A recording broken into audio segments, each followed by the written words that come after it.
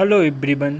हिंदी साहित्य की ऐसी रचनाएं जो लगातार कॉम्पिटिटिव एग्ज़ाम का भाग रही हैं और लगातार कॉम्पिटिटिव एग्ज़ाम में पूछी जा रही हैं, उन्हीं लेखकों की कुछ महत्वपूर्ण रचनाओं की आज हम इस वीडियो में बात करेंगे।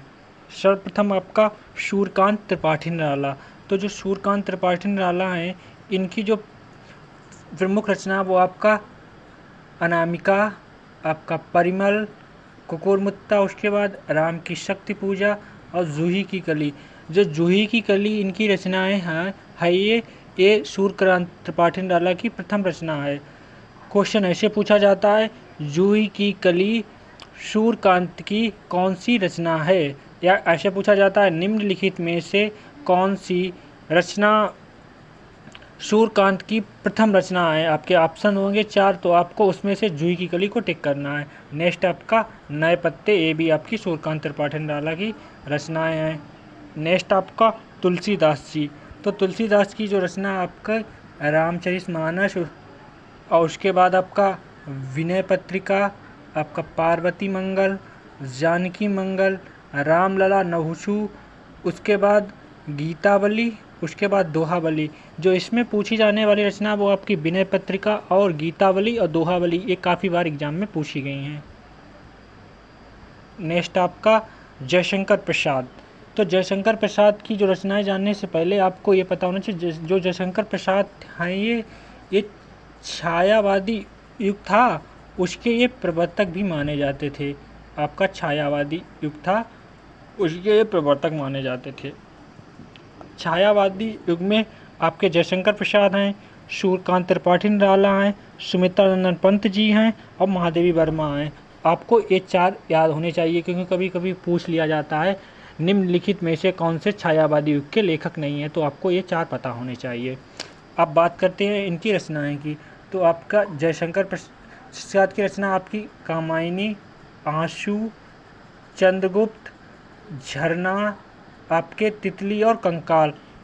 ये जो इनके उपन्यास थे आपके तितली और कंकाल, ये पूर्व उपन्यास हो गए थे।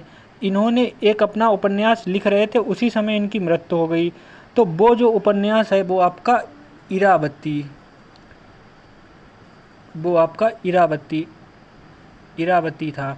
तो आपको ये याद रखना, क्वेश्चन कभी कभी पूछा जाता है कि निम्न में से जयशंकर प्रसाद का कौन सा पूर्ण उपन्यास नहीं है, तो आपको इरावती पे टिक करना है। नेक्स्ट आपका स्कंदगुप्त, अजातशत्रु और चित्राधार, ये इनकी प्रमुख रचनाएं हैं। तो आप चंद्रगुप्त, स्कंदगुप्त, अजातशत्रु को तो याद कर लो, क्योंकि ये हिस्ट्री में आपने पढ़े होंगे। ये 3 शासक हैं, इनकी जो हैं उनकी रचनाएं आप ऐसे याद कर लेना कि ये जो रचनाएं हैं ये जयशंकर प्रसाद की याद है। तो ट्रिक बना लो अपना, चंद्रगुप्त, स्कंदगुप्त और अजातशत्रु। भारतेंद्र हरिश्चंद्र। तो जो भारतेंद्र हरिश्चंद्र हैं, इनको आपको ये पता होना चाहिए, इनको हिंदी नव जागरण का अग्रदूत भी कहा जाता है, और ये हिंदी थिएटर के पितामह थे, ये भी आपको पता होना चाहिए। और आपको ये भी पता होना चाहिए कि प्रथम फिल्म थी वो भी भारतेंद्र हरिश्चंद्र थी। इनकी प्रमुख रचना आपका भारत दुर्दशा, अंधेर नगरी और आपका प्रेम माधुरी और गीत गोविंदानंद। आपको बताएं, जो आपकी प्रथम रचना है इनकी भारत दुर्दशा, ये भारतेंद्र हरिश्चंद्र की है। एक जो रचना है आपका वो भारत भारती है, वो आपकी भारत भारती है। वो भारत भारती की लेखक हैं वो आपके मैथिली शरण गुप्त हैं। तो आपको ये ध्यान में रखना है दोनों की रचनाओं में। नेक्स्ट आपका सुमित्रा नंदन पंत। तो जो सुमित्रा नंदन पंत जी हैं, इनको आपको जो प्रथम हिंदी के लिए जो ज्ञानपीठ पुरस्कार मिला था वो आपको सुमित्रा नंदन पंत जी को मिला था। ये आपको पता होना चाहिए किस रचना के लिए, तो वो आपकी चिदंबरा के लिए इनको मिला था 1968 को। तो सुमित्रा नंदन पंत की जो रचना आपकी कला और बूढ़ा चांद, चिदंबरा, युगांत और स्वर्णधली, उसके बाद आपकी पल्लव, इनकी जो इम्पोर्टेंट रचना है वो आपका पल्लव बहुत इम्पोर्टेंट रचना है, और चिदंबरा भी बहुत इम्पोर्टेंट रचना है। नेक्स्ट आपका महादेवी वर्मा। तो महादेवी वर्मा की आपकी रचनाएं जो इम्पोर्टेंट हैं वो आपकी छड़दा, स्मृति की रेखाएं, मेरा परिवार, शांत गीत, निहार, नीरजा, रसिम, उसके बाद गिल्लू। तो जो इसमें पूछी जाने वाली है शांत गीत बहुत पूछा जाता है, और आपका मेरा परिवार और स्मृति की रेखाएं, तो आपको इनका याद होना चाहिए। इनका जीवन भी याद होना, इनका जन्म हुआ था वो फर्रुखाबाद शहर में हुआ था, आपको ये भी पता होना चाहिए। और इनकी एक जो रचना थी यामा, यामा के लिए इन्हें वुमेन कैटेगरी में सबसे पहले आपका ज्ञानपीठ पुरस्कार मिला था। इनके लिए ज्ञानपीठ, आपको ये भी नोट कर लेना आप, इनका ज्ञानपीठ पुरस्कार इन्हें मिला था यामा रचना के लिए। सर्वप्रथम वुमेन्स कैटेगरी में आपको ज्ञानपीठ पुरस्कार मिला था। तो जब भी कम्पिटिटिव एग्जाम में क्वेश्चन आते हैं तो मुंशी प्रेमचंद या जयशंकर प्रसाद की रचना अमूमन तौर पे देखने को मिलती हैं। तो आपकी इनकी जो प्रमुख रचना है वो आपकी रंगभूमि, मानसरोवर, प्रतीक्षा, नमक का दरोगा, गोदान, आपका निर्मला, आपका कफन, आपका सेवा सदन, ये आपकी इनकी प्रमुख रचनाएं, जिसमें से आपकी इनकी रचनाएं पूछी जाती हैं सेवा सदन, गबन, गोदान, ये बहुत पूछी जाती हैं, ये आपको तैयार होना चाहिए। नेक्स्ट आपका राष्ट्र कवि मैथिली शरण गुप्त। कभी कभी क्वेश्चन ऐसा पूछा जाता है आपका हिंदी साहित्य का राष्ट्र कवि किसे माना जाता है, तो आपको ये पता होना चाहिए कि हिंदी साहित्य का राष्ट्र कवि किसे कहा जाता है। तो आपका हिंदी साहित्य का जो राष्ट्र कवि है वो आपके मैथिली शरण गुप्त को कहा जाता है। और आप इनकी जो प्रमुख रचनाएं हैं वो भारत भारती, देखो यहाँ पे आ गया भारत भारती, और भारत दुर्दशा वो भारतेंद्र हरिश्चंद्र की है, और भारत भारती वो आपकी मैथिली शरण गुप्त की है। साकेत आपकी इनकी रचना है, जयद्रथ वध आपकी मैथिली शरण गुप्त की रचना है, और यशोधरा आपकी मैथिली शरण गुप्त की रचना है। नेक्स्ट आपका हरिवंश राय बच्चन। तो जो हरिवंश राय बच्चन हैं इनको आपको सर्वप्रथम हिंदी के लिए जो सरस्वती सम्मान मिला था वो आपका बच्चन साहब को मिला था, हरिवंश राय बच्चन को। अब ये सरस्वती सम्मान इनकी आत्मकथा के लिए क्या भूलूं क्या याद रखूं, इनमें 4 अध्याय थे, उन्हीं चारों अध्यायों के लिए इनको मिला था। इनकी रचनाएं आपका मधुशाला, मधुकलश, निशा निमंत्रण और क्या भूलूं क्या याद करूं, ये इनकी प्रमुख रचनाएं हैं। नेक्स्ट आपका सूरदास जी।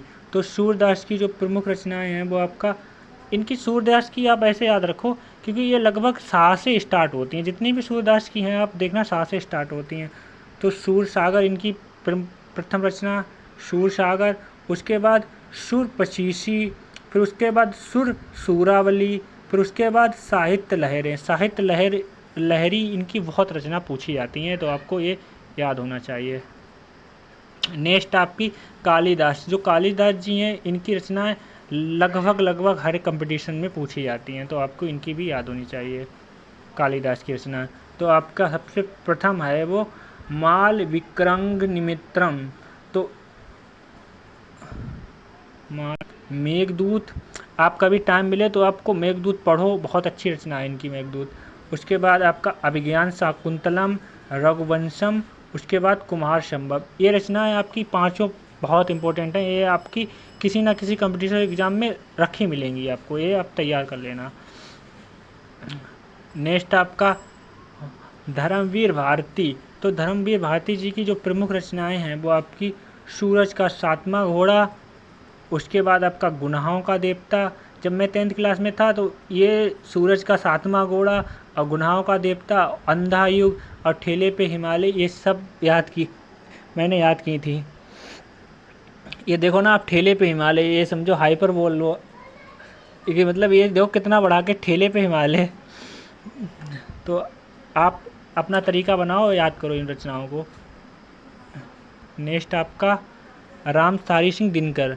तो रामधारी सिंह दिनकर की जो रचनाएं हैं वो आपका संस्कृत के 4 अध्याय, ये आपकी रामधारी सिंह दिनकर की रचनाएं हैं, संस्कृत के 4 अध्याय। उसके बाद आपकी परशुराम की प्रतिज्ञा, फिर रेती के फूल और फिर रश्मिरथी उर्वशी, जो इनकी रचना है रामधारी सिंह दिनकर की उर्वशी। रामधारी सिंह दिनकर उर्वशी के लिए इनको ज्ञानपीठ मिला था। उर्वशी के लिए इनको ज्ञानपीठ मिला था। क्वेश्चन ऐसे पूछा जाता है कि रामधारी सिंह दिनकर को कौन सी रचना के लिए ज्ञानपीठ पुरस्कार मिला था? तो आपके पास ऑप्शन होंगे कुरुक्षेत्र, रेणुका, हुंकार। तो आपको उर्वशी टिक करना है, ये बहुत पूछा गया है क्वेश्चन। उसके बाद हुंकार, रेणुका और कुरुक्षेत्र। नेक्स्ट आपकी, अब कुछ हम इम्पोर्टेंट रचनाओं की अलग से बात करेंगे जो हम निम्न है आपकी। इसमें जो प्रथम रचना है वो आपकी चिंतामणि। चिंतामणि आचार्य रामचंद्र शुक्ल जी की रचना है, ये भी कंपटीशन में पूछी जाती है। उसके बाद आपकी प्रेम सागर, लल्लू लाल। उसके बाद पंच परमेश्वर। पंच परमेश्वर आपकी मुंशी प्रेमचंद की रचना है। आपकी कुटुज, हजारी प्रसाद द्विवेदी।